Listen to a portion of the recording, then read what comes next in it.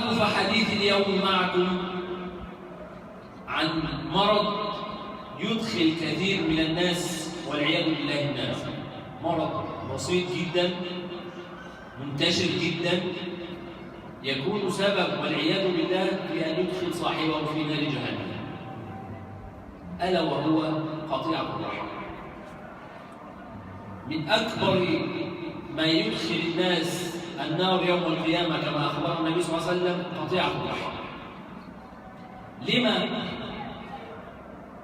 يقول النبي صلى الله عليه وسلم أن الرحم ستأتي يوم القيامة وتكلم ربها: يا رب إن عبدك هذا قطعني وعبدك هذا قطعني. تشتكي الرحم العباد لله عز وجل، فيقول الله عز وجل للرحم: أما يرضيك أن أصل من وصلك وأقطع من قطعك؟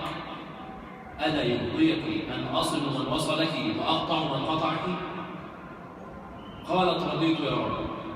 فقال القاضي عياض: أما معنى الحديث فأصل من أصلك أي وصل الرب عز وجل للعبد أي أحيطه برحمته ومغفرته يوم القيامة، وأقطع من قطعك أي أن يكون صاحب هذه القطيعة عليه غضب ولعن من الله عز وجل يوم القيامة.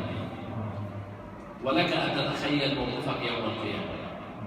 أنت الآن تقف بين يدي الله عز وجل، تريد رحمة الله عز وجل، تريد مغفرته، تريد عفوه، تجد أن قطيعة الرحم تقف بينك وبين كل ذلك. لما؟ لأن الله عز وجل وعد هذا الوعد على نفسه، والله أوفى أن يوفى. فإذا تكون قطيعة الرحم سبب في محق رحمة الله عز وجل منك يوم القيامة. كل يطمع في رحمة الله يوم القيامة أن تكون سبب لأن تدخلنا الجنة.